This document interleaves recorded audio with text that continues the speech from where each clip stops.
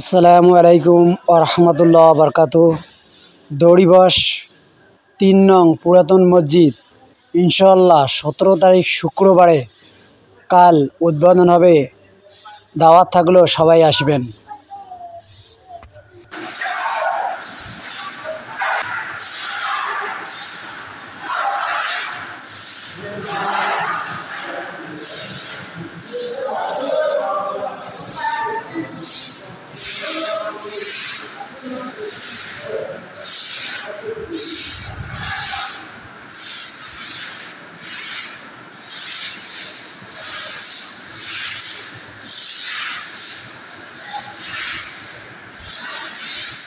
এটি একটা স্মৃতি হিসেবে থাকি দেবে মসজিদের লাস্ট প্রতিষ্ঠান।